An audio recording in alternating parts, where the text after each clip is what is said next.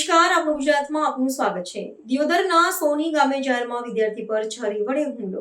દિયોદરમાં સોની ગામની હાઈસ્કૂલમાં ગઈકાલે બોર્ડની પરીક્ષાનું પેપર આપી સ્કૂલની બહાર ઉભેલા વિદ્યાર્થીઓ પર બે યુવકોએ છરી વડે હિંસક હુમલો કર્યો હતો।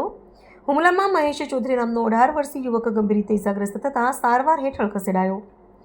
ઇજાગ્રસ્ત યુવકે નેસડા ગામના હુમલાખોર વિષ્ણુ પરમાર અને રાહુલ રાઠોડ સામે દિયોદર પોલીસ મથકે નોંધાવી ફરિયાદ। હુમલાના સીસીટીવી સામે આવ્યા। દિયોદર પોલીસે ગુનો નોંધી વધુ તપાસ હાથ ધરી।